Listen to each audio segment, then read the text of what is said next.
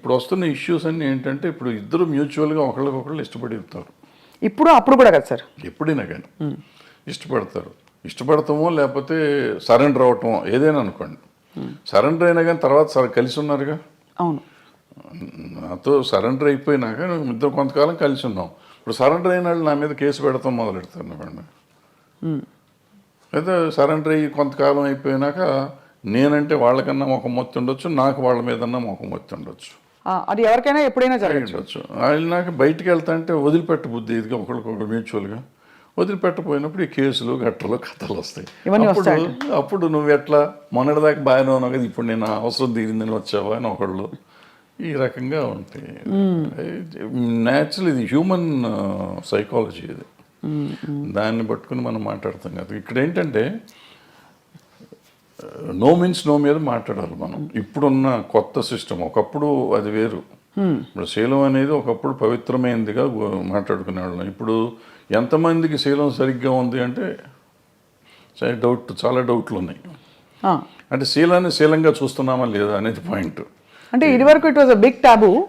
అంటే ఇప్పుడు కాదు, అది ఇప్పుడు మోర్ నార్మలైజ్ అయిపోయింది. సో ఇప్పుడు దానికి ఏమవుతుంది ఆటోమేటిక్గా నీకు ఇష్టం లేనప్పుడు అవుతుంది. రోజు మనకి రిలేషన్షిప్లో ఉంటున్నాం, మనం రిలేషన్షిప్లో ఉన్నామని మనం ఫేస్బుక్లో పెట్టుకుంటున్నాం, ఇన్స్టాగ్రామ్లో పెట్టుకుంటున్నాం, అన్ని చోట్ల పెట్టేసుకుంటున్నాం. నెక్స్ట్ డే ఇప్పుడు బ్రేకప్ అయిపోయామని మనం పెట్టుకుంటున్నాం. సో మనమే అనౌన్స్ చేసుకుంటున్నాం వాట్ ఈస్ హ్యాపెనింగ్. అవును. ఆ తర్వాత మనకే కోపం వస్తే వాళ్ళ మీద కేసు పెడుతున్నాం.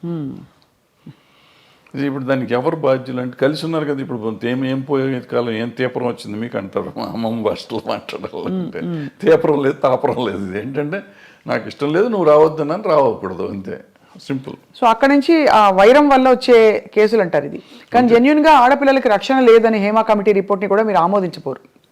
ఎందుకు డెఫినెట్గా ఉందమ్మా, డెఫినెట్. ఇప్పుడు ఒక అమ్మాయి వచ్చింది పాపం, ఎవరో ఒక అమ్మాయి ఆశగా సినిమాల్లోకి చేద్దామని వచ్చింది. వచ్చిన అమ్మాయిని నువ్వు నాకు ఏదన్నా ఇది ఇస్తేనే నేను ఉద్యోగం ఇస్తాను, వేషం కానీ పని కానీ ఇస్తాను అనేది దుర్మార్గమే కదా. హేమ కమిటీ రిపోర్ట్లో కానీ ఎక్కడైనా కానీ ఈవెన్ పాక్స్ దీంట్లో కానీ అదే చెప్తాను. నువ్వు అడగటం కూడా తప్పు. అడిగినాక లొంగి నువ్వు ఆ అమ్మాయికి పని ఇచ్చేసినా కూడా, ఎదురు పని ఇచ్చేసినా కూడా లొంగ తీసుకోవటం తప్పే. కాబట్టి ఏ రోజు తెలిసినా కానీ నా మీద నేను శిక్షార్హుడిని. ఏమంటే మ్యూచువల్గా కలిసి ఉన్నాం కదా, నీకేంటి అని మనం అడగటానికి లేదు. ఇంకా కలిసి ఉన్నా కానీ నువ్వు లొంగ తీసుకున్నావు కదా. అవును. ఇప్పుడు మరి జానీ మాస్టర్ ఇష్యూలో ఏమై ఉంటుంది సార్? అది దాన్ని నేను మాట్లాడకూడదు. మీరు మాట్లాడకూడదు కాబట్టి ఓకే ఫైన్, అడగం సార్. మేము కూడా కమిటీని కోర్టుని కంప్లీట్గా గౌరవిస్తూ అంటే దీనికి బేస్ లైన్ ఒక నార్మ్ ఎలా తీసుకోవాలనే ఒక క్వశ్చన్. ఎందుకంటే టిపికలీ రెమ్యూనరేషన్స్తో పాటు ఇట్స్ అన్ ఎక్స్పెక్టెడ్ ఫేవర్ అని వినికిడిలో ఉంది.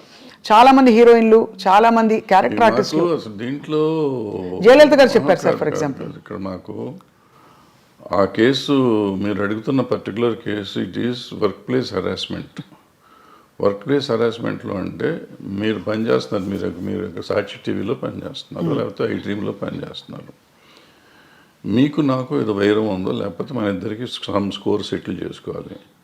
నేను సడన్గా మీరు వెళ్ళి యాంకరింగ్ చేస్తామంటే ఇట్లా జరుగుతుంటే మధ్యలో వచ్చేసి ఆపేసే స్వప్న బయటికి రామ్ డూమ్ అంటే that is work place harassment.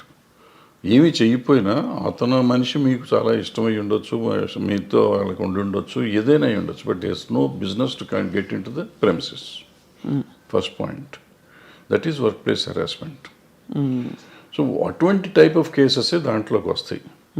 మిగిలిన ఇవన్నీ మనకు సంబంధం లేని కేసులు. కానీ ఇది ఇక్కడ సెక్షువల్ ఎక్స్‌ప్లాయిటేషన్ జరిగింది. That is also sexual exploitation. A right to has gut, he might be having right on you some ఏదైనా రకంగా, but he should have weighted out side. లోపలికి వచ్చి అంత ఇది లేదు కదా. And it's not his premises, my premises.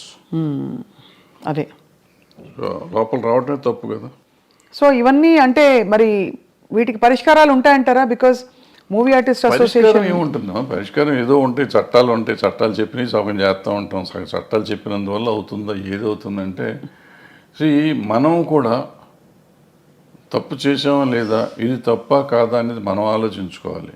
మనం కూడా కొంచెం పెద్ద మనసు చేసుకుని ఈ చూసి చూడనట్టు మనం వెళ్ళాలి. జరుగుతూ ఉంటాయి తప్పులు, నాతో జరుగుతాయి, మీతో జరుగుతాయి, ప్రతి మనిషితో జరుగుతాయి తప్పులు.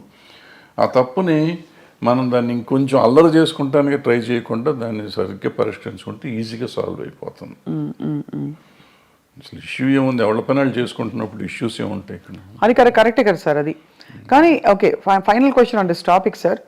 వాతావరణం చాలామంది ఇప్పుడు క్యారెక్టర్ ఆర్టిస్టులు బయటకు వచ్చి ఇంటర్వ్యూలు ఇచ్చిన సందర్భాల్లో చెప్పారు, పలానా టైంలో నేను లొంగిపోవాల్సి వచ్చింది, నాకు ఆప్షన్ లేకపోయింది, రాత్రి 2 గంటలకి నా డోర్ వచ్చి కొట్టేవారు తాగేసి.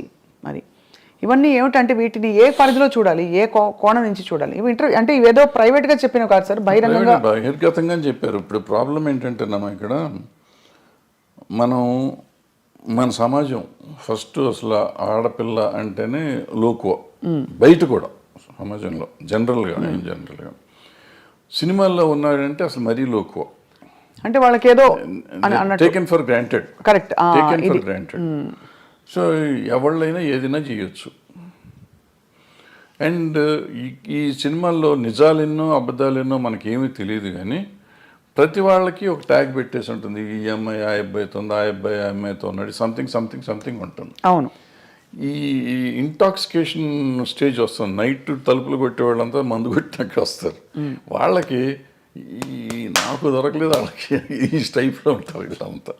దీని మీద ఈడే తలుపు కొట్టి ఆడి దగ్గరికి వెళ్ళా, నా దగ్గర రావా, ఈ టైప్లో ఉంటారు. ఇవన్నీ ఇటువంటి అంటే ఊరికి చెప్పు, దీని మీదే కాదు, బట్ అటువంటి జరుగుతానికి అవకాశాలు ఉంటాయి. రైట్.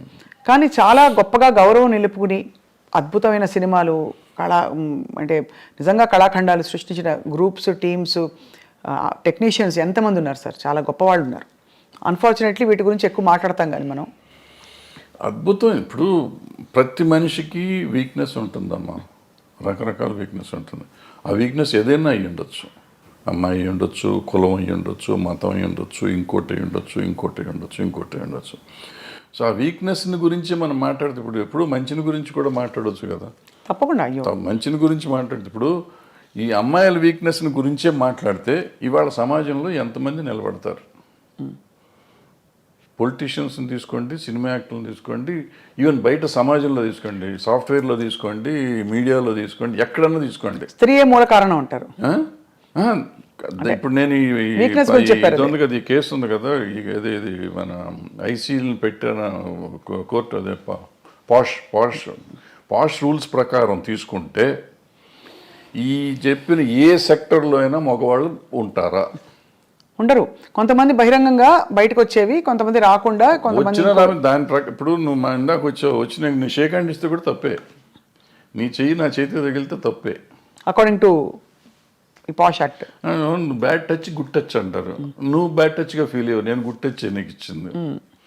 అలా కూడా పడతారు సార్ కేసులు? బ్యాడ్ టచ్ గుడ్ టచ్ అవుతుంది కదా, ఉంది. బట్ అంటే దానికి ఒక సమంజసమైన పరిధి నిజంగా ఉండొచ్చు. నువ్వు ఫీల్ అయ్యి ఉండొచ్చు, నేను ఫీల్ అయ్యి ఉండకపోవచ్చు, నువ్వు ఫీల్ అయ్యి ఉండొచ్చు. నువ్వు ఫీల్ అయితే కేసేగా. అది మొత్తానికైతే క్లిష్ట పరిస్థితుల్లో అలా మామూలుగా వస్తున్నావు. నేను చనువుగా ఫాదర్లీ ఫీలింగ్ స్వప్న బలి చేసావు అని దెబ్బేసాను అనుకో, అమ్మాయిని ముట్టుకున్నావు, కొంపమని కింద అయిపోయావు. నువ్వు కేసు పెడితే నేను అయిపోయాను. సో అందుకే చాలా అతి జాగ్రత్తగా ఉండవలసిన టైం, చాలా జాగ్రత్తగా ఉండాల్సిన పరిస్థితులు వచ్చినాయి. ఇప్పుడైతే మాత్రం as long as this posh case this act ఉన్నంత కాలం అతి జాగ్రత్తగా ఉండకపోతే కొంపలు మునుగుతాయి. అండ్ ఇప్పుడు సోషల్ మీడియా వచ్చాక అసలు క్షణాల్లో అన్ని వైరల్ తర్వాత ఇంకా చాలా జాగ్రత్తగా ఉండాలి. అంటే డెఫినెట్గా ఇవన్నిటి వల్ల కొంత మార్పు వస్తుంది.